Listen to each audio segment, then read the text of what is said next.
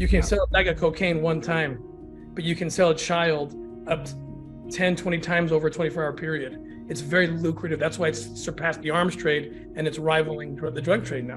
From HSI, who's ever in charge of DHS, they could certainly put the resources behind this, but they're not. So again, sorry to come out so angrily, but if you can't get angry about this, I don't know what you can. My reaction to all of this is deep sadness.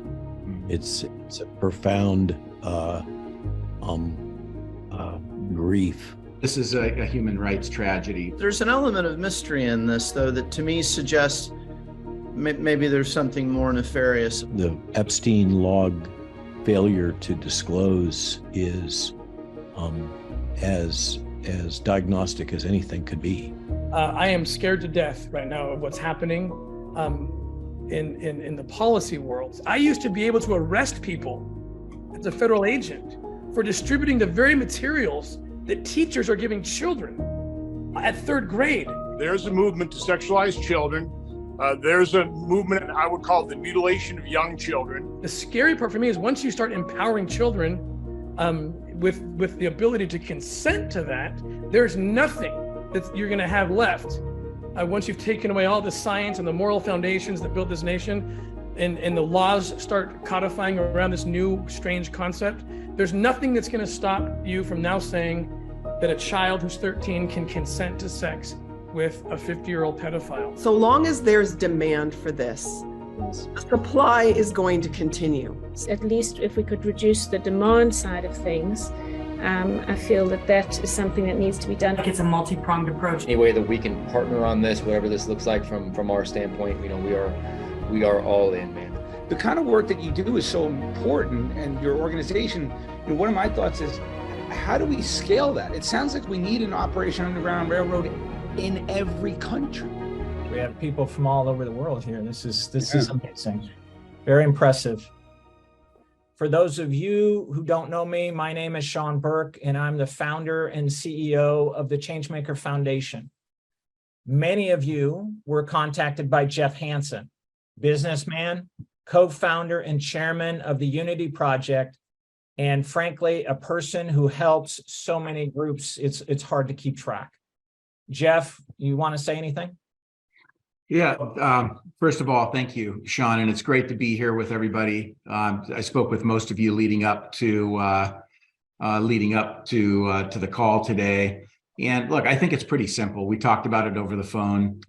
We've all been in the trenches together over the last 3 years in other various humanitarian issues of sorts, and each of us have pretty broad reach. I think I saw Hugh Hewitt just join. Hi, Hugh. Thanks for taking the time. And Susan Prager, she just joined as well. We spoke over the weekend. Dennis is actually, I think, broadcasting at this time, but thanks for joining, Susan. Good to see you. So anyway, the bottom line is everybody on this call has pretty broad reach, both nationally and internationally, in very different spheres and segments, some political, some business, some human rights. And this is a human rights tragedy. My wife and I have been pretty deeply involved in helping fuel some of the fighting of sex trafficking, really through international justice mission that goes back over a decade. But then a mutual friend introduced me to you, Tim, Ramir Basu, back, I think, in 2015, and was just so inspired by the work that he and his organization has done. When I saw that this movie was coming out with Caviezel, no less, playing Tim, we figured, look, bring folks together that actually have some long leverage levers that may be able to shine a bright spotlight on an insidious topic. We've got to stare at it. We've got to look at it. We've got to deal with it. But as importantly, in part and parcel to doing that, actually, bring awareness through our leverage levers and our reach to the fact that the movie's out, so we can fill theaters and that we can open people's eyes to something that's very, very ugly that exists out there that we need to deal with. Perfect. Thank you, Jeff. You were instrumental in everything to do with this call. So thank you very much. The third member of our group, Gianna, is the person who originated the idea to even have this call. She is a political scientist with a background in strategic intelligence and the founder of Shiloh. Gianna, I'll turn it over to you. So first of all, let me thank you, Tim and Nate, for being here today with us and for going to the darkest of places to bring liberation to the trafficked and exploited children, women, and also men. I also want to thank all our wonderful guests who agreed to be on this call. You come from very diverse backgrounds, and yet you all came here today for a reason. And that reason is a $150 billion industry. It's the fastest growing criminal industry in the world that has already surpassed the illegal arms trade and has turned nearly 50 million people in the world into a commodity, selling them for sexual exploitation, organ harvesting, and forced labor. Among those 50 million people are 12 million children, according to the International Labor Organization. And in a minute, we will hear from Tim Ballard, who is on the front lines of this darkness. But what I would ask you to do when you're going to hear from him is to consider deep in your hearts what you might be able to do to fight this horror, even if it's only the smallest of things, because we need to build a united front to attack modern day slavery from all angles. Now, as you know, we have a very special speaker. Tim is the founder and CEO of Operation Underground Railroad. The film Sound of Freedom, which you might have heard about, is based on his true story and opens in theaters across the US the week of July 4. And Tim, would you like to introduce yourself and tell us the story, how you came to do what you do, please? Yes. Thank you so much. And Gianna, thank you for reciting those very important statistics that are stunning, shocking to the world. And we need to speak more about those statistics because we're not beating this yet. We're not beating this yet simply because so many people do not know. So our story, the story of Operation Underground Railroad. Also, I'm the CEO of something called the Nazarene Fund, which was founded by Glenn Beck in 2014, and he turned it over to me. It works it fights human trafficking and organ harvesting of persecuted religious minorities, mostly in the Middle East, and now we're going into Africa. So our operations do span throughout the entire world. I spent 12 years as a special agent and undercover operator for Homeland Security investigations. I was briefly at the CIA before that during 9/11. I got increasingly frustrated in the government because of all the bureaucracy and the jurisdictional limitations. As you know, human trafficking, child trafficking knows no borders, knows no boundaries. Unfortunately, bureaucracies do know borders and boundaries very well. And so it makes it very difficult to track these children and their captors. And in 2006, the laws changed in the United States, allowing for the first time U.S. agents to start investigating overseas to hunt American sex tourists. And that's when they sent me overseas, mostly into South America, because I speak Spanish. And that's when things became even more horrifying, when I saw how readily available children were being sold. Unfortunately, again, the bureaucracy got in the way again. If I didn't, they'd give me like a week and a half to find something, and we'd always find the children who were being sold, but I didn't have time to find the American nexus. And so they'd make me come home after I was already made myself the bait. And so it was very difficult. And finally, in 2012, I was looking at two cases. One was in Haiti. We're looking for a little boy who had a U.S. citizen of Haitian descent who we were looking for, who had been kidnapped from the church where his father was the pastor. And then a case in Colombia that was based out of Cartagena, Colombia, where a lot of cruise ships come in. It's a very high sex tourist area. And both those cases, I got pretty deep. I got neck deep. Maybe I went a little further than I was supposed to go. And the bureaucracy didn't like it. And they said, come home. And this time I said, no, I'm not going to come home. I'll quit before I come home. And I quit my job. That's when I got association with Glenn Beck, because I told him what was happening to me, and he gave me the money to do the first operation that's depicted in The Sound of Freedom. So the first operation was in Colombia, and then and also in Haiti. On the Haiti operation, we found the traffickers. This is after I left the government, and we were able to find the traffickers. They were hiding behind a false orphanage, as is often the case. They take these kids, they put orphanage on the wall, and people just turn over children to them, thinking that they're doing the right thing. After the earthquake in 2010, many children were just taken to the local orphanage, right? But they're not even real, right? So they're selling these kids out the back for sex, for labor, for organ harvesting. We took down the orphanage. The little boy was not there, but we did get the traffickers, and 28 children were rescued. My wife and I ended up adopting 2 of those kids.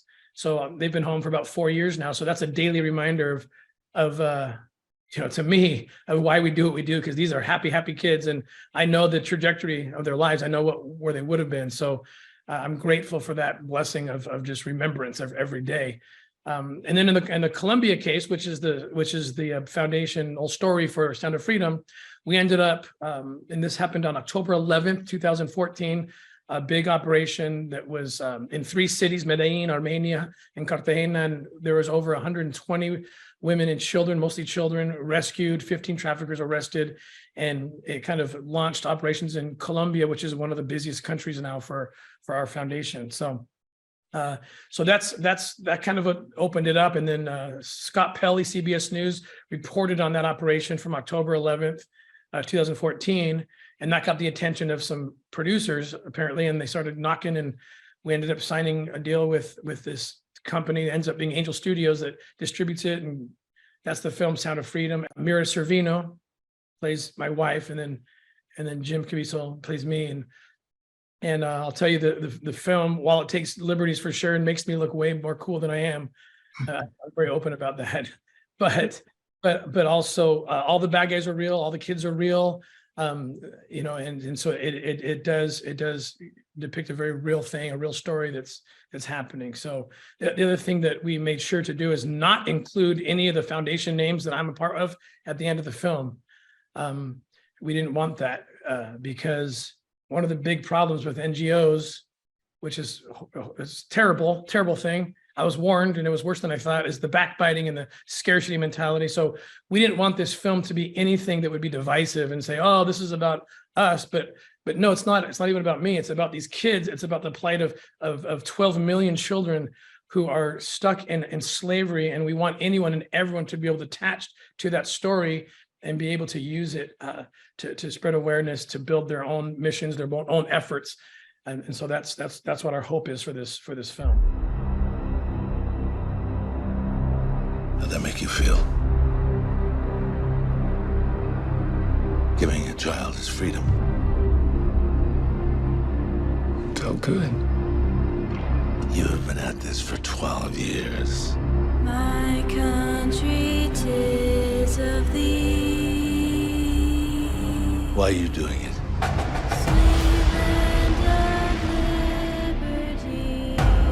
Because God's children are not for sale.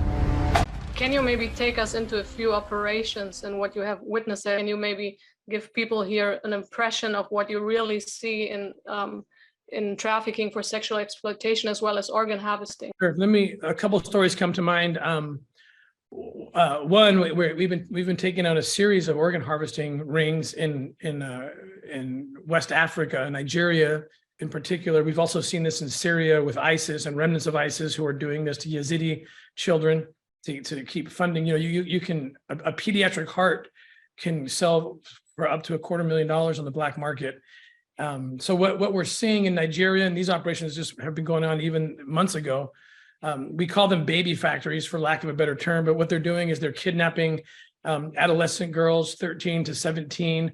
A lot of them appear to have some kind of a mental disability, but they use them and they rape them incessantly to make babies.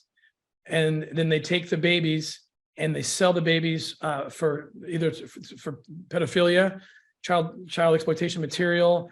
They sell the babies for satanic, like the ritualistic. These witch doctors, they'll cut the genitalia off the baby and they sell this, and people put it on, like they'll hang the genitalia over the door or whatever of their businesses, thinking the gods will somehow bless it. It's so bizarre. I can't even wrap my head around it.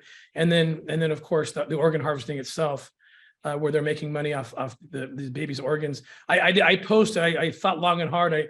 I've done several posts, including one just a few days ago. If you go to Tim Ballard 89, and you'll see some of these cases and actual footage of these baby factories. We've taken down 3 of these baby factories already in West Africa. Another case that's very recent, I'll just run you through. It gives you a really good idea, and it explains why the privatization of rescue is so important. We can move very rapidly in ways I never could in the government. So on February 24th, I got a random phone call from the actor Mel Gibson, and this was right in the wake of Russia invading Ukraine, and he gave me a name of orphans in Ukraine that he was helping, and he said, "Can you find these orphans? We can't find them." You know, this chaos, obviously. And so we put together a team and we went out to Ukraine, set up a whole extraction operation, working with the authorities. And we were looking for 10,000 missing orphans. We ended up getting into these orphanages. Sometimes we were there too late, saw things that no human being should have to see. Other times we got the kids out. In total, over 5-6 months, we got 6,000 of these kids out and into safe places in Western Ukraine or some of the border states, Lithuania, Romania, and got them to safety. But while we were there, we found, because this is human trafficking, how is it that there's millions of children in this? How does one make entry into that black market? How can there be $150 billion a year made off the backs of human beings? Well, they take advantage of vulnerabilities, just like in the 2010 earthquake in Haiti. That's when all these fake orphanages pop up because kids are vulnerable and exposed, and that's the same during the war. So we found a Dutch pedophile ring that was in Ukraine, and they were trying to traffic children, war victims. You know, these poor children who are basically like hovering over the dead bodies of their families, and they're just exposed, and no one's there, and the traffickers are there with blankets and food, and come into our van, and off they go. This pedophile ring was very dangerous because they were actually a remnant of a political party in Holland called the PNVD, which was established, I think, as early as 2012. And the platform of the PNVD, which was a registered political party in Holland, was to legalize sex with children.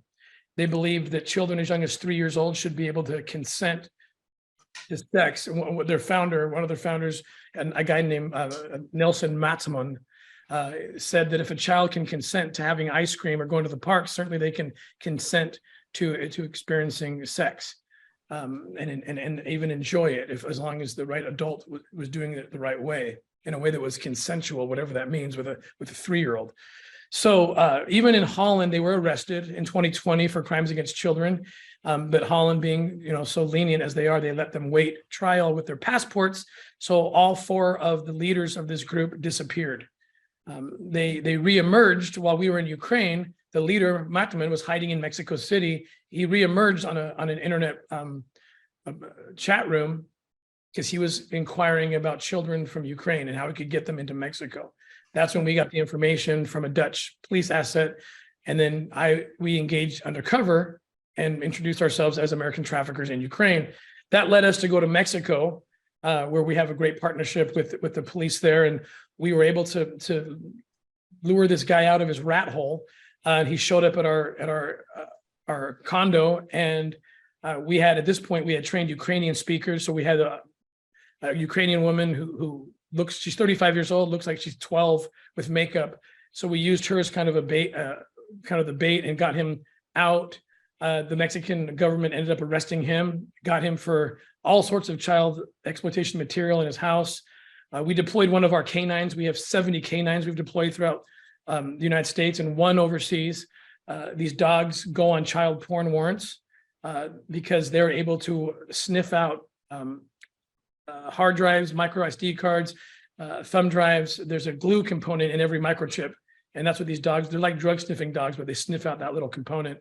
Our dog Hidu found 4 devices with loads of child exploitation material. So Matman was arrested. He also was in possession of an illegal firearm. That led us to his other buddies. We figured out through him where they were staying, and that was even a more frightening situation. These guys had built a child sex hotel. We took that hotel down on July 23rd of last year. They had chosen a little village in Ecuador called Canoa. Canoa, if you might remember, was the epicenter of a 2016 earthquake that devastated the region. It's still devastated. which is exactly why they showed up there. There's children with no parents. There's economic troubles. There's poverty, and that's harvest time for traffickers. And so they built this little hotel, like a boutique, kind of really pretty little hotel, right in the village. And what they were doing, they were luring little boys in. Little boys 10 years old or younger was the requirement. They would offer the kids candy and their games. They had like 10 PlayStations in the place. And then they were advertising to their pedophile networks to pay money to come to this hotel. And so we worked with the Ecuadorian police, Homeland Security investigations through the U.S. Embassy in Quito. And on July 23rd, we were able to take down that hotel. 3 days ago, these are two of Matman's lieutenants, Martin and Luis, and they just got convicted 2 days ago in an Ecuadorian court. So they'll be locked up for quite some time.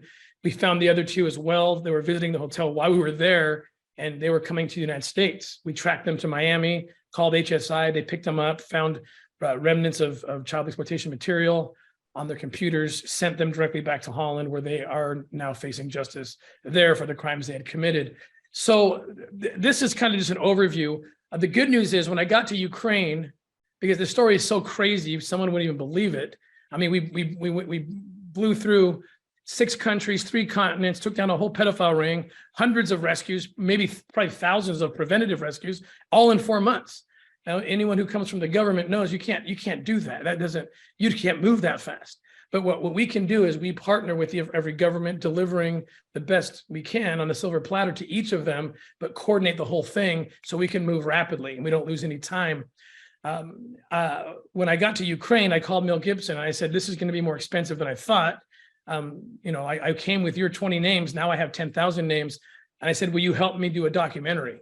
Will you help me? Will you support me? We're going to film this about the children in Ukraine and orphans and what happens to orphans in war. And in the end, so the cameras were rolling and Mel was consulting. In fact, that story went viral. I don't know if you saw it. It was trending like last week. I don't know what happened. He's not a producer, but he's consulting. But it was good because it got people talking about this docuseries. In the end, it's a 4-part docuseries, but only the first part was about Ukraine in the end, because we had no idea we were going to be in 6 other countries over the next 4 months. So the entire story I just told you will be coming out probably early next year.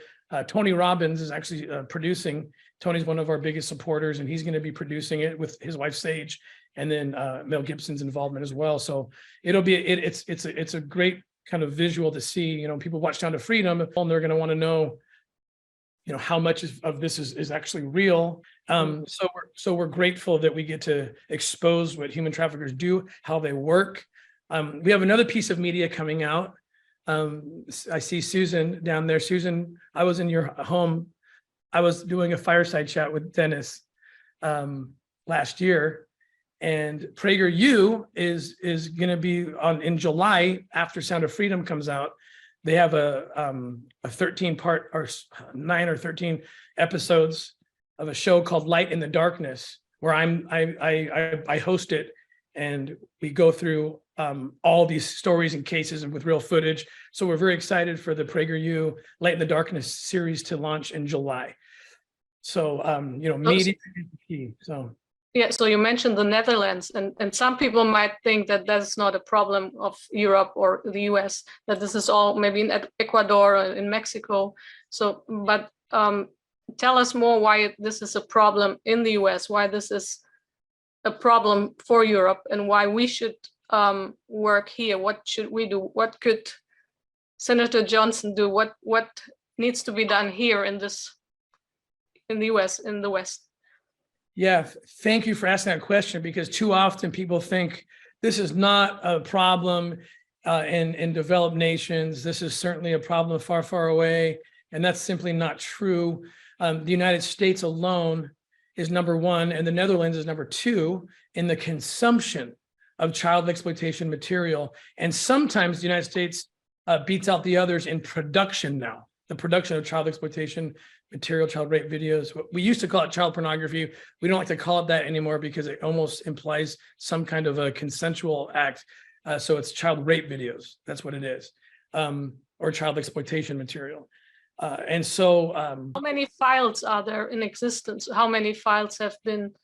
I read one figure that it was 70 million videos and pictures reported to the agencies. And that is definitely accurate in the ballpark, maybe even more. In the last 7 years, we've seen a 5,000% increase in new videos and images. And when you think of child exploitation material, don't think 16, 17-year-olds. Think 7, 6, 5, 4-year-olds. These are prepubescent children. That's what we're talking about.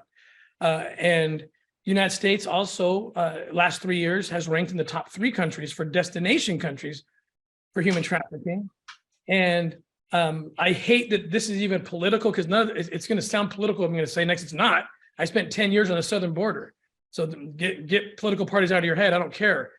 This was never a partisan issue before, and it shouldn't be now. But when you have 85,000 unaccompanied minors, and thousands of them, if you look at the CBP data, thousands of these kids were under 5 years old, and they show up at the southern border with a name, safety pinned to their shirt or in their pocket. That's the sponsor. And they come across, and HHS takes over, and the policy is they have to call the sponsor, and the sponsor could be George Smith or whatever. He picks up the phone. Hey, we got little Jose, Gonzalez here. Oh yeah, send him up. It used to be that the sponsor would have to come down to the facility and pick up the kid. Not anymore. Taxpayer dollars are now paying for the last leg of what very well could be the last leg of a human trafficking, child trafficking event. And they put the kids on a plane, on a bus, and off they go. This is 85,000 that we know of that came across that way, unaccompanied. And so if you look at what I call the economy of pedophilia, and you understand that demand exists in the United States, and you see that many kids disappearing into the belly of the United States, this is very, very concerning. Unfortunately, this idea that the most compassionate policy is open borders, it's the opposite. It really is the opposite. The most compassionate policy is border enforcement. I've rescued more children because of the border enforcement than otherwise, because it gives the kid a chance. It gives the kid a chance to be rescued when they're forced into a port of entry, as opposed into an open field. The kid can reach out. A trained law enforcement officer can recognize a victim and rescue that victim. In fact, Sound of Freedom, the movie, the operation kicks off with a rescue of a child at the Calexico, California West Port of Entry, which is a very true story. They filmed it on location where it happened. And so it kind of is relevant to what's going on today, that you see this little boy getting rescued at the port of entry. It is the fastest growing international crime network that the world has ever seen. For Homeland Security, we can't go off rescuing Honduran kids in Colombia. This job tears you to pieces. And this is my one chance to put those pieces back together. And yet somehow you have failed to bring me one real-world lead. It's over, Tim. Close up and come back home. So you quit your job and you go and rescue those kids. You have an interaction with one of these children that stuck in your mind that I saw in the CBS News part, where you said that this little boy was asking you for cocaine because he was really scared. Yeah.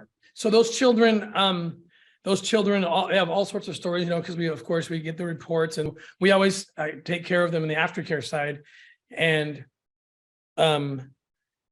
we partnered with a group called Renacer that took the kids in, and we've been tracking these kids. So these kids are now young adults. Some of them work for us. They started their own foundation called Tejiendo Sueños, which means to weave dreams, and we fund microloans for them. One of the little boys, in fact, the little boy that you mentioned that talked about the cocaine, he's depicted in the film. He's a little boy called Simba in the film. We helped him through school. He became a hairdresser. He goes out at night and finds victims of human trafficking. In one case, he found a young woman who he talked to, and she was pregnant from being raped through trafficking. And she said she was going to either abort the baby or kill herself that very night. And Pedro, that's his name, just said, please don't do that. I just got married, and I will adopt your baby if you have the baby. The baby was born, and he adopted the baby. I think she's a year and a half now. And I mean, to have this kid who's a survivor become the rescuer. Another one of the little girls, her name's Angie, and she's also a speaker, advocate. She's briefed the First Lady of Colombia, and she started a little seamstress shop. And the Armada Nacional, the Navy, the National Navy that transported the Colombian agents to do the island raid. The island raid you'll see depicted in Sound of Freedom. They were tracking with these kids, and just about 8 weeks ago, they provided Angie with the contract to sew all of the uniforms for the new recruits that come into the Navy. So these are amazing stories where we're realizing that this works. You know, it does work. The model works. These are the first kids we rescued that are becoming young adults, and they are surviving and they are thriving. And so there's so much hope in this particular story. And if they could address everyone on the call today, like this young man that you said that is now helping others, what would they say to these people? What do you think would be their message? Their message would be, there's so many more out there like we were. There's millions out there, and most of them don't have hope. You know, I think of this story often. It's actually depicted in a documentary on Amazon Prime called Operation Two Saint. I recommend you can go watch that. But there's a story where we're doing an operation in Haiti, and post-2010 earthquake, January 2010, this little girl named Rosie, she was 6 or 7 years old. She was crying over the dead bodies of her parents. There was, I think, 250,000 people died in that earthquake, like instantly, and you know, tens of thousands of orphans were then made overnight. And she was picked up by a woman who said, "I'll take care of you." That woman, whose name was Cho, ended up sexually trafficking this girl from the time she was 7, 8 years old, all the way to 16 years old, 17 years old. And we ended up tracking her down, and the brothel was this little red door on a very nondescript street in Port-au-Prince, Haiti. You open up that door and you walk in, it looks like a dungeon. Again, it's all depicted in the documentary because we had cameras inside there. We got her out. There was 4 little infants that had been born from her and others that we rescued. But when the babies are born, they use the babies as leverage. So they keep the babies away from their moms and say, if you want to ever see the baby maybe once or twice a week, you better turn more tricks. You better, you know, provide more business. I mean, that was the case here, but we got her out. She said nothing for 24 hours. Then on January 11th, this was 2018, on January 11th, 2018, our aftercare team had her. And again, you see this depicted. It's a beautiful scene. And she finally opens her mouth and she says, she says, "Am I allowed to really believe this? Can I really have hope that this is real?" And of course, we promised her that yes, it was real. And she's crying. She's holding this little teddy bear, and I mean, her face is blurred, but it's worth watching. And what she was saying is she knew, just like these other kids out there know, her chances of rescue are pretty slim. You know, she lives in the most obscure country in the Western Hemisphere, perhaps, but worse than that, she was being held captive in the darkest corner of that most obscure country behind a little red door. Who's going to open that door? There seemed to be no hope for her, and so that's why she couldn't believe it. But yet the red door did open, and she told us on January 11th, 2018. She said, "Do you know what the date is today?" I was like, "What? It's January 11th." She's like, and she was getting very emotional. She says, "I think God loves me." We're like, why do you say that? She said, "I was kidnapped on January 11th, 2010. The earthquake was on the 10th. The earthquake on the 10th, and she was kidnapped by Cho on the 11th. And here it is. The rescue happens on the 10th, and she's talking on the 11th to us of 8 years later. And that struck me, and it made me remember our promise, which is we will go anywhere. Like, I love the fact, I want to get bigger. We're not as big as I want us to be, but I love the fact that the existence of organizations like OUR or the Nazarene Fund or International Justice Mission, 821, so many, and I want all of them to grow and flourish. But the existence of these organizations makes it so there is hope. There is hope now where there was not hope before, because I can speak for our organizations that we will go to every red door no matter where it is. And we have, there's nowhere, and Nate can vouch. I've been with Nate undercover in Africa, right? We've been to the Middle East, we've been to Iraq, Syria, to Jordan, every country in Latin America, Central America. There's nowhere we won't go, including the United States. There's plenty of red doors here. We just opened in Europe. We have an office in Europe now, and we just did a big operation in Greece last year, a few months ago, actually, where it was a Colombian girls have been lured into Athens, and they were being trafficked. And so we actually coordinated and flew the Colombian police into Athens, and they partnered with the police there, and it was a massive rescue operation. Nate, you can probably provide more media and about that. It was a big operation. So that's what we can do is we can coordinate and make sure everyone's talking and collaborating, and now there's hope. Now there's hope to find every red door, and that's our goal. What needs to happen so that more red doors can be opened? What needs to happen? It needs to be a bigger priority. Why is it in the United States there's 5 drug agents for every 1 child trafficking agent? Because it's not the priority it needs to be. The people aren't loud enough. And the people aren't loud enough simply because they don't know the stories I just told you. And that's why we think that this film, Sound of Freedom, along with the many documentaries we have, we hope that it's harder to get people to watch documentaries sometimes, but we hope this film, which is doing very, very well, it's breaking pre-release box office records. We don't know how that's happening, but it is. They've already sold close to 5 million tickets or dollars in ticket sales, and we're still 3 weeks out, and apparently that doesn't happen, but it is happening. So we have a lot of hope that this could be a movement. We hope it could be something almost like Schindler's List. Imagine if Schindler's List had been produced and distributed in 1939. Can you imagine? Like, that might have changed a lot of things. But I talked to Jerry Malone, who won the Academy Award at producing Schindler's List, and he said the biggest regret was we made the movie 50 years too late. But here's Sound of Freedom that's being made and distributed right in the middle of the catastrophe, right in the middle of this modern form of slavery. So there's something we can do. We haven't lost time. We can still rescue people. And it's just about, we just feel if enough people know and they get loud, and that's why we're so grateful for all the media groups. I've been on Hugh's show. Obviously, I've been on Prager quite a bit. We're so grateful for media outlets that will talk about it, because the mainstream media doesn't want to talk about it. It's dark. It hurts people's feelings. It's not happy stories. So we need to get loud and make it a priority. I want the day that I find out that there's 5 anti-trafficking agents, federal agents, every 1 drug agent.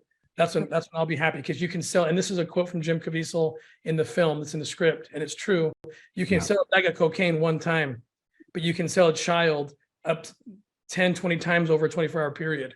It's very lucrative. That's why it's surpassed the drug trade, and it's the arms trade, and it's rivaling the drug trade now.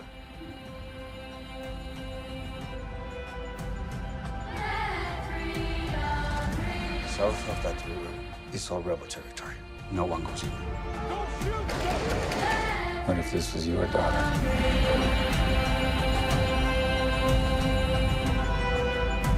So, she's gone.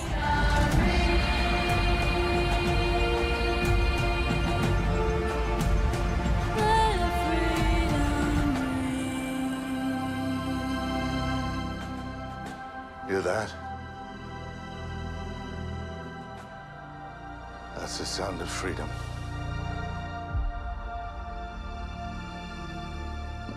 If you told us what can the people on this call do, so they're a very diverse group, like on the political front, on the cultural front, you said in one interview that this was also a cultural war, because they're trying to, there's a lot of things going on to move towards the sexualization of children. There's a lot, like the reframing of pedophiles as minor attracted persons. So that's, what does this have to do with what you're doing with child trafficking? How does that relate? And what can people do about this? Thank you. That maybe the most important question you asked was that right there, because I am scared to death right now of what's happening in the policy world. I never thought human trafficking would extend to this place where we are right now, where children are being targeted. I can tell you, I used to dream of the day that I'd be out of a job because we rescued all the kids. Now I'm actually scared I'll be out of a job because we're going to lose all of the laws on the books that protect children, because there's a movement to decriminalize these activities with children. And it begins with, I was on the Hill. We met with Kevin McCarthy, with Senator Cruz and others who are going to help promote this film. They're going to do a screening on Capitol Hill. And they said, what do we do? They're not listening to us about the unaccompanied minors. And my answer was, you need to connect that with all the other things going on. It's not just the 85,000 missing kids. You got to look what they're doing in states like Oregon and Washington State and California about how they're about children, being sexualized. I've been doing this for 20 years. And I'll start with that piece. I used to be able to arrest people as a federal agent for distributing the very materials that teachers are giving children at third grade. It's pornography. And you wouldn't believe it. Go look at it. There's a book called It's Perfectly Normal. That's what it's called. And it's like the standard now for third graders. And it's every sexual position shown in every angle. It's maddening. It's like, why would a third grader need to see this? And then it extends further. It extends further when you get into what I call this. And again, I'm actually very libertarian. I think adults should do whatever they want to do. So I know I'm going to get canceled for saying this because my words will be twisted. But what I call this trans foist on children. I have 9 children. A 13-year-old can't make those kind of decisions. I promise you. I'm sure you have plenty of experience with 13-year-olds and 14-year-olds. That's not the time to be making decisions about things that could destroy their reproductive organs, or even actually remove or mutilate their genitalia. It's crazy, but the scarier part for me isn't even that, as bad as that is.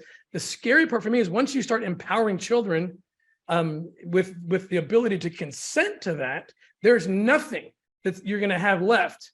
Once you've taken away all the science and the moral foundations that built this nation, and the laws start codifying around this new strange concept, there's nothing that's going to stop you from now saying that a child who's 13 can consent to sex with a 50-year-old pedophile, or a child can consent to identify as a 30-year-old themselves. It's a grooming process that they begin. What they do is they offer them. It's usually a lure. It's not usually the white van that comes and snags you in the night. That does happen, but that's not. These are business. They're sick and twisted and evil, but they are business minded, and they're trying to lure. They want to lure. They want a cooperative victim. So they make promises, and in this case, in the case in Colombia, for example, that you're going to see in the film, there's a female trafficker. Females are actually more involved than people would imagine, because they make the best recruiters, because kids trust them more.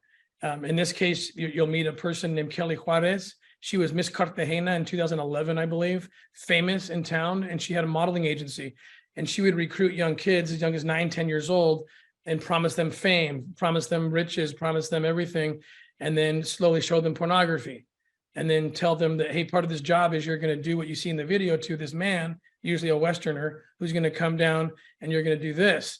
They'll give the kids drugs to desensitize them. And in this case, they brought them in by 9 and 10 years old, and by 12 or 13, that's when they were ready to provide them to be raped for money. On the whole, I don't like what I'm seeing when kids can consent to this. The scary part, I told you about the PNVD. I'm publishing a book that will come out in a few months called The Child Trap: The Hidden Agenda to Enslave Our Children in the Name of Liberating Them. The PNVD, that political party from Holland, their sister organization is the NAMBLA. Have you heard of the North American Man-Boy Love Association? They have doctrines. They have platforms. They've been peddling these platforms for decades. And there's 5, I call them the PNVDs. The PNDs, the pedophile network doctrines. It's things like sexualize kids, let them liberate themselves by giving them pornography. 2, take parents out of the equation. The parents don't know. That the state knows best what should be done with the kids. 3, take God out of education, morals out of education. That gets in the way. Legalize child pornography. And also the 5th one is compromise the LGBT community. And if they won't allow us to join them, Gianna, you mentioned this, they want to change the name pedophile to minor attracted persons, because what their dream is to see, they want LGBTQ MAP. Their doctrine says if the LGBT community won't allow us in, then demonize them. One of my closest allies in this fight is a group called Gays Against Groomers, where it's the LGBT community saying, no, we're not going to, pedophiles aren't welcome here, you know? And so once you see what's happening with all these different these elements, and then add it to the 85,000 children at the border, I mean, kids are being targeted in what I call spiritual warfare, like nothing we've ever seen before. So I've had to divert a lot of my attention away from rescue operations, and my focus is actually this right now, is trying to, and this is why, you know, PragerU is such a great ally, and because we're supporting each other in this and others. We need to wake people up to the fact that our kids are really in danger. And again, that's why I say my fear that I won't have a job anymore is because I think it's possible that we're going to start losing laws. The very laws that I need to do my job are going to be stripped away or watered down, so that children, in the name of liberating them, are actually going to find themselves enslaved. Yes, and it's also coming from supranational organizations, very big ones like the WHO, who have put out guidance for the sexualization of kids, that kids aged 4 and under should be taught some things. And so, yes, we might want to go to questions and answers, and Teresa has had her hand up for a long time, so please go ahead. And thank you, Tim, for all these explanations so far. My question is, on the medical side, how do medical professionals look out for this and recognize someone is maybe being brought in that is being trafficked? Yeah, thank you. Yes. So there's been a lot of trainings in this area for medical services, ER doctors, ER professionals too, especially to look for those signs. I think more can be done there as well. I don't know more details in terms of what education is being provided, other than I know it is happening, but more needs to be done for sure. I don't want to take too much time expressing both my admiration for your work and the horror of everything you described. But so, you know, because I don't want to ask a question that the movie can answer, but the way in which you do your work, it sounds like, I mean, you have a background in law enforcement, your partners do as well. You sound like you work adjacent to law enforcement and with partnership, which is, it sounds like it's critical to do this work, to remove yourself from the bureaucratic regulations, restrictions, the borders in which most law enforcement agencies work. So you have this freedom to operate that sounds like law enforcement can't sort of operationalize. So the kind of work that you do is so important, and your organization, you know, one of my thoughts is, how do we scale that? It sounds like we need an Operation Underground Railroad in every country. That's exactly right, and that's the goal. The private-public partnership is just, it's amazing, because, you know, we can do what they can't, they can do what we can't. Right. But privatize something is always better, right? I mean, it's always more efficient. And so we can do things quickly, more efficiently. We don't have authority, but we can do a lot of the work and provide it to our law enforcement partners, and they can ask us sometimes to do things that they just can't do. I mean, you wouldn't believe, just to get, when I was a government agent and I got a lead in Guatemala or something, it would take me 3 weeks to get permission to fly to Guatemala. I mean, 5 people had touched the ball, and the kids are gone by the time I got there. It's insane. It's not the best way to rescue kids. But if we bring the privatized portion in and connect it to the public side, it's really an amazing combination. So, but Tim, so when I asked about scaling, like, one of the things I thought, like, in all of the work that you do, I mean, do you have thoughts, or have you tried to maybe train others to do what you do? Yeah, we absolutely do that. We're trying to put offices in every country. That's my goal has always been to put an office in every country and have that partnership with every law enforcement agency in every country. And that's what we want to empower law enforcement. We would like to build an office and then slowly move out once we provided the tools and the training and the resources. And the goal is to empower law enforcement. But so long as there's bureaucracy and you know, we're probably always gonna have to have that presence there to do the pieces that they just can't do or can't do well. And last question, just a brief one. How large is your organization? In So terms operates of an manpower. Underground Railroad, we're about 140 employees. I want to say about 50 contractors. We have 5 regional offices throughout the world. We're 10 years old. The Nazarene Fund, which was founded by Glenn Beck. I'm the CEO and the board member there.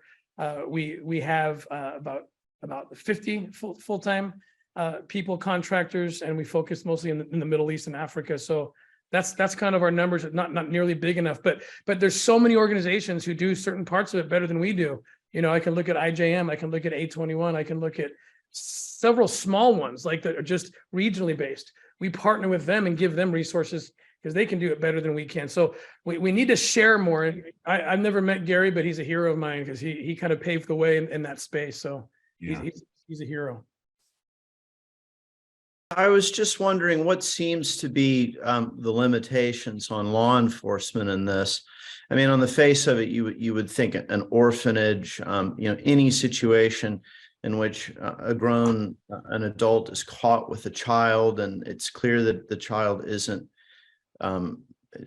doesn't belong there. It seems to me it would almost be easier. Well, doesn't seem to. Well, how to phrase this? Seems like it would be much easier than law enforcement with something like cocaine, where it's very diffuse. The taboos aren't as strong. People can kind of get rid of the drugs or whatever. It seems to me, just on the face of it, that this would be not such a difficult proposition for law enforcement. So I'm surprised that law enforcement seems to be behind the curve on it. Do you have any thoughts on that? Behind the curve and what in particular, just in general, that's fighting child trafficking? And well, I mean, for example, I see Pierre Kory's on the call, Dr. Laurie's on the call. I mean, we were all sort of astonished during the pandemic at how, a doctor prescribing ivermectin has suddenly got more heat put on him in a matter of weeks than, you would have even thought possible. Why can't a similar concerted effort be placed on something as terrible and dreadful as this? It's I'm a true crime author, so when I look at something like this, my instinct is suggesting law enforcement's not on this. Right. I mean, they must not be. So I wonder, what are the limitations? The limitations, mostly, in my opinion, this is why I left the government, was it's not prioritized as it should be. The child crimes units, when in my 12 years in the government, were the smallest units. And I couldn't understand why. The drug units were enormous. The money laundering units were enormous. And the child crimes was like 2 of us. And it's like, why? And we couldn't keep up, even in our little area of responsibility. We couldn't keep up with all the cases coming in. And we would complain and say, we need more funding. That's why one of my missions is to get loud. That's why I think Sound of Freedom, I want to be so loud that in this republic, at least, and others, that people can actually shift policy, that people can get so loud that the governments will have to listen. I often go back to one of my favorite stories in history, where there was another time when we were trying to rid the land of slavery. And, in my office, I have a picture of Harriet Tubman. She's my hero, just kept going back. But she rescued hundreds, but that's not millions. And that's what they were trying to get rid of. So how did the millions get rescued from slavery, the transatlantic slave trade in the 19th century? Well, Abraham Lincoln answers the question when he meets Harriet Beecher Stowe for the first time. She writes the book Uncle Tom's Cabin, joins her voice with the likes of Frederick Douglass and Sojourner Truth and these heroes. And he says to her, so you're the little lady that wrote the big book that started this war. And what he meant by that was, Lincoln, he was not about going into the South to affect slavery. He promised he wouldn't do it. 2 years later, he has a change of course and makes the war now about liberating the captive. And he will give credit to the people like Harriet Beecher Stowe and the abolitionist voices that got so loud that he fell to his knees and said, okay, and I will go, I will make it about this. And that's what we need to replicate today. We need to get loud so the people are loud and the politicians have no choice but to prioritize this and switch switch this in favor of putting resources towards child crimes. One frightening thing, though, is, again, this movement to defund the police that we have seen. Hopefully that seems to be dying down a bit, I hope. But what they didn't realize what they were doing with this horrible idea is child crimes groups are reactive groups, meaning, you know, there's certain crimes that you're going to respond to because a dead body is there and a bank's been robbed. You have to respond to those because it's in your face and the public can see it. The child crimes, these cases, the kids don't land on your desk. They don't land very often. Occasionally you get a lead, but you have to go out and find it. You have to go into the dark net and dig. You have to go into the streets undercover and find and ask questions. Well, since you don't know what you don't know, the first groups to get cut when you defund the police are always going to be the proactive groups, because you don't know what you didn't know. And so it's the safest move. So I was pulling my hair out. If I could just add to that, though, I mean, there's an element of mystery in this, though, that to me suggests maybe there's something more nefarious afoot in law enforcement. I mean, you talk about, for example, slavery. I mean, I think the British outlawed slavery, I want to say in 1830. And I mean, the British Navy was on it. I mean, like huge patrols, for example, on the east coast of Africa. And then you go into any congregation in Brooklyn or Boston, and there'd be abolitionists thundering away in the 1830s and 40s. I just don't hear anybody talking about this. Yeah, Ron, since you're on the call, thank you. How often are you hearing this brought up as a topic on Capitol Hill? Okay, well, let's face it, I was holding hearings on our open border. We had testimony where they were selling kids for $81. The current vice president was sitting in those hearings, and they opened up the border and they made the problem far worse. As I'm listening to this, and it's just tragic, but it's nothing certainly Capitol Hill hasn't heard, has not heard of before. I mean, we're fully well aware of this, passed laws about this. But I mean, let's be very clear and be very frank. And I hate to be partisan this way, but on the left, there's a movement to sexualize children. There's a movement I would call the mutilation of young children, and it's being excused. And the open borders are being excused. I mean, I don't know how many times I've screamed, and people like Ted Cruz and others have screamed about, how do you think these young women pay off their human trafficking fee? It's through sex trafficking. It's through human trafficking. So we're screaming about it, but the complicit and the compliant and the corrupt media doesn't cover it. So again, listen, this is just infuriating to listen to this. It's nothing we haven't heard of. If from HSI, who's ever in charge of DHS, they could certainly put the resources behind this, but they're not. Instead, what they're doing is they're becoming very efficient at encountering, processing, and dispersing and losing track of children. It's well documented even by the New York Times, and yet this administration and our Democrat counterparts won't even hold hearings on this whatsoever. So again, sorry to come out so angrily, but if you can't get angry about this, I don't know what you can get. Well, Senator Johnson, is it possible that they're ranking members of, okay, I'm asking you a rather controversial question. Is it possible that there are people in the Democratic establishment, let's say, I won't name names or offices, who are perhaps indulging in this themselves? I would doubt that. Again, it's a broader agenda that as a result of that broader agenda, what they're pushing makes no sense to me. Listen, we have yet to release the list of names of people that went on to Jeffrey Epstein Island. And let's face it, in Senator Grassley's and my report, we listed how the son of the President of the United States was spending tens of thousands of dollars on women that obviously were sex trafficked in a European sex trafficking operation. And the President of the United States offered to pay about $100,000 of his bills as he was spending tens of thousands of dollars over about a 4-month period doing this. That's on the record. We've talked about it. It's in our report. You just saw what the Department of Justice did with the son of the vice president. Or the son of the president now. Tim, what do you think someone like Senator Johnson could do for you or for this cause? What do you see any possibilities? Well, I have to agree with Senator Johnson. I've testified before the Senate Judiciary Committee, before then Senator Kamala Harris, and I don't want it to be partisan. I don't. That the wall was built, most of the wall was built by the Clinton administration. If you look at the history of the border, it's never been partisan. We've always seen it as a way to rescue more kids. That's how I've always seen 10 years on that border. But I know they know. I know they know. And I know that people like Senator Johnson and Senator Cruz and so many others are being loud, and they have the solutions. And frankly, love him or hate him, the Trump administration truly was doing a really good job. I was on the White House Council at that time, and the Remain in Mexico policy was great because it took the loopholes out. It de-incentivized the traffickers because they couldn't use a loophole to sneak into the country and bring kids in.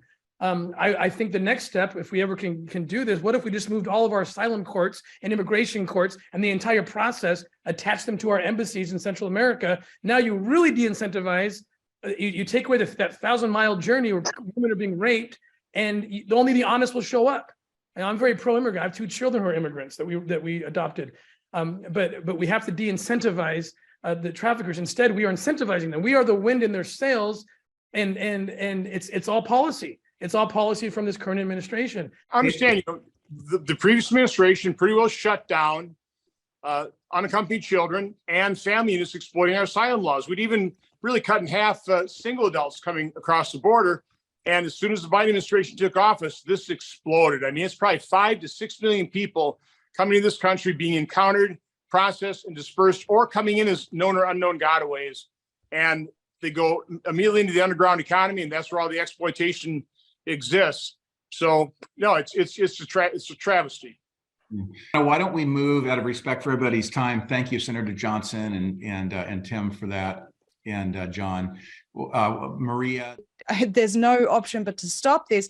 And so, like I said, what they're doing in the shadows, they're now doing out in the open. And so the more that we can talk about this and raise awareness on this, the more that we will be able to stop it. Again, that's where I come in. Being loud is my job. And to be honest with you, we've dwarfed the views of the mainstream media for 2 consecutive years now. So what I'd like to offer as part of our service and our help is if we could interview you or others involved with the movie, really promote the movie in our country and beyond, and promote the documentary and your work separately. I understand you said that there's reasons why you wanted to keep the movie separate from the foundation, but we can talk about the mechanics of that separately, and whatever Z Media can do to contribute in future to raise more awareness on the work that you're doing, we'd love to.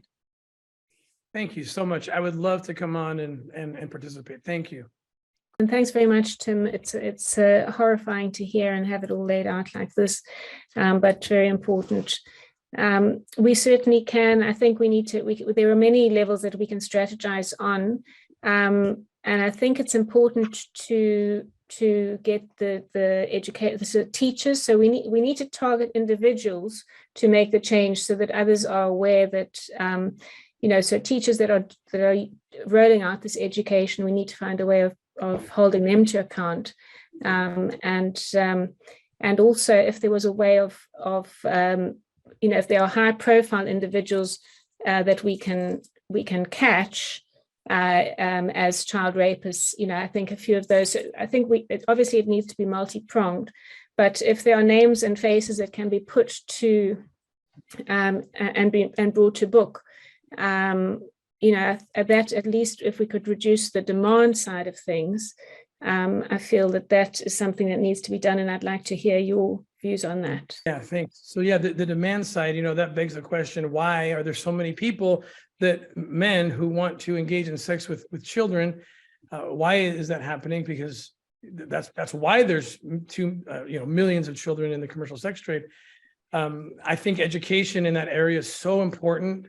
I think it's a tough battle because you're fighting in the entertainment industry, but it's back to the point I made about what pornography can do to the brain. And it may be a small percentage of porn users that actually go to that next level, but still that's enough to create this sex addiction. And when you understand how the brain works and how it's the chemical reaction that is creating the sex addiction, people get addicted to dopamine, for example, and endorphins that they get when they look at pornography. And so that eventually wears down. It wears down like anything else, like marijuana wears down, the reaction weakens. So they have to up the ante. They have to get something more powerful. They turn to, crack cocaine, heroin, because it's the chemical reaction. Well, the chemical reaction that you get using porn actually is very similar. It's a very similar scientific reaction that happens with the brain. And so porn users will often turn to something crazier. something deeper, something darker, and they start looking at children, and then they want to access children. And so, you know, I have 6 boys, and I raise them, I teach them, I scare their little, you know, brains out about pornography. Like, be careful. You don't know what this can do to your brain. You don't want that addiction. You don't want, it could turn into something really, really bad. It could lead you to want things that could land you in some serious trouble. So I wish there was more education around this. Now the entertainment lobby is going to fight so hard to do anything like that. I'm very libertarian. I'm not for like censorship of things that aren't illicit right now. But education is important. Like, teach the youth, especially young men, what will happen, what can happen if you allow yourself to become addicted to sexual material, because it's leading to this horrific demand. And at the end of that rope, you have millions of children now being exploited because of that demand. So I wish more was being done in that area. The few who've been brave enough to come out, man, they just get slaughtered.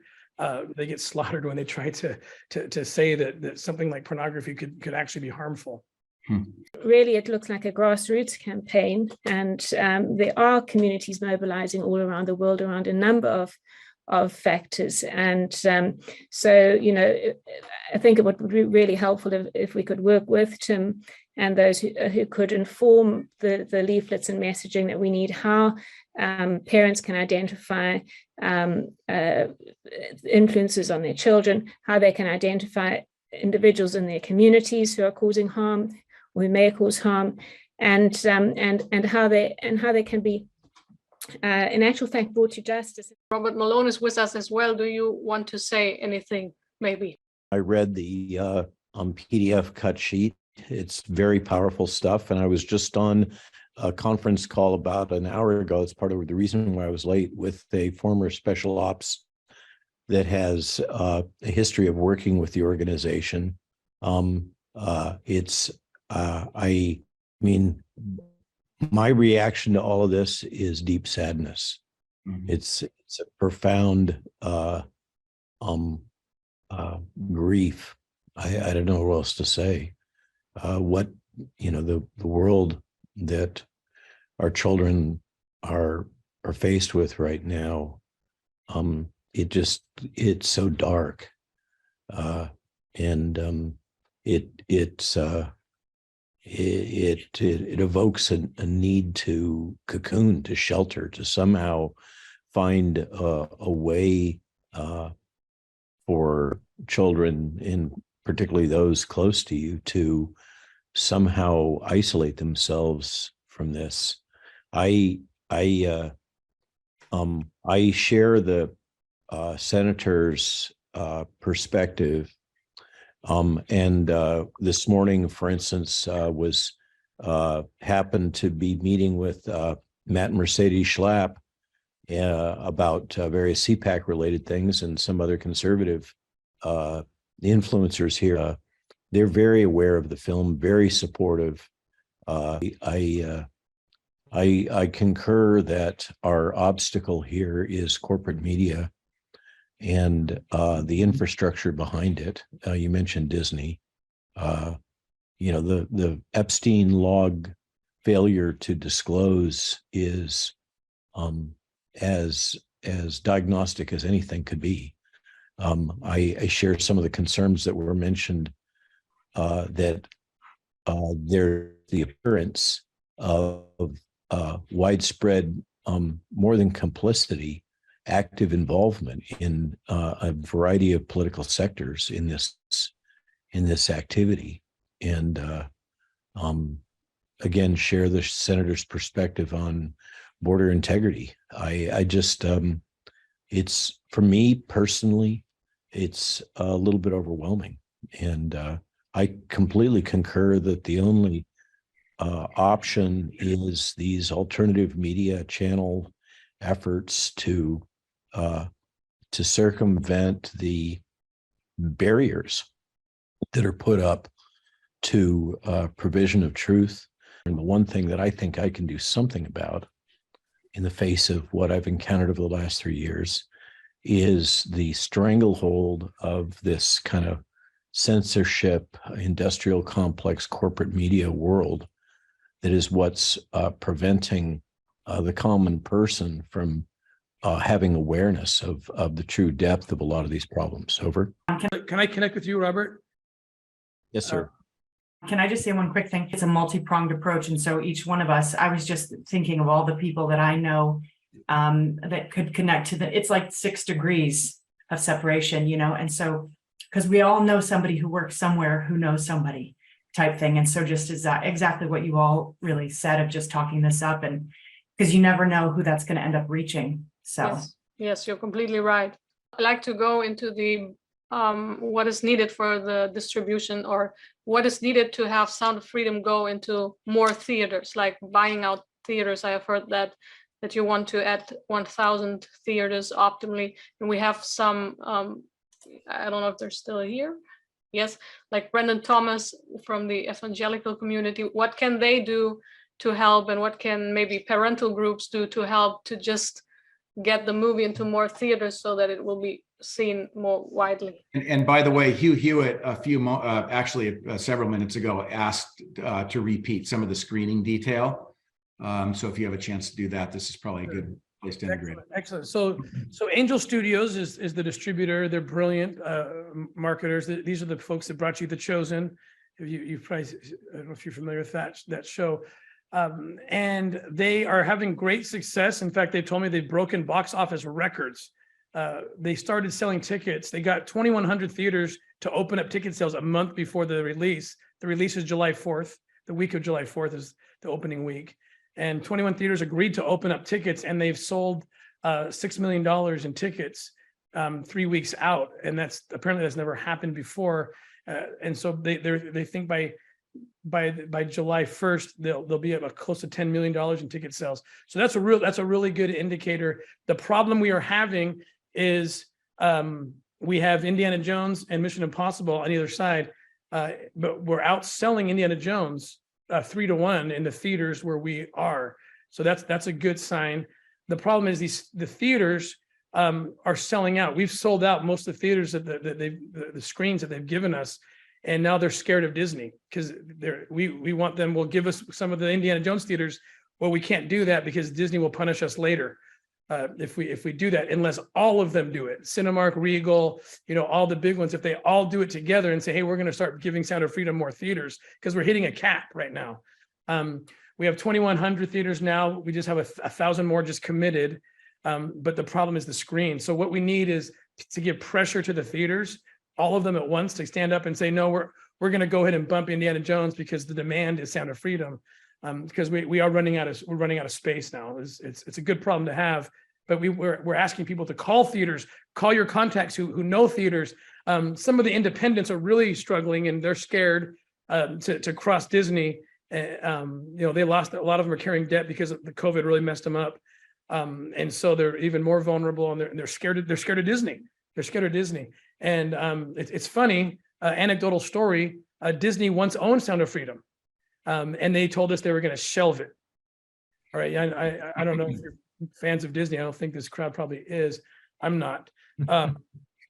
And they had to get control of it from Disney.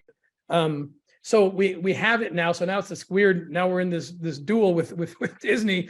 And the only way we win is by putting pressure on the theaters, especially the independents, to say, go, if you all do it, then they can't punish all of you, on the next round. So it's about pressuring theaters to open up more screens.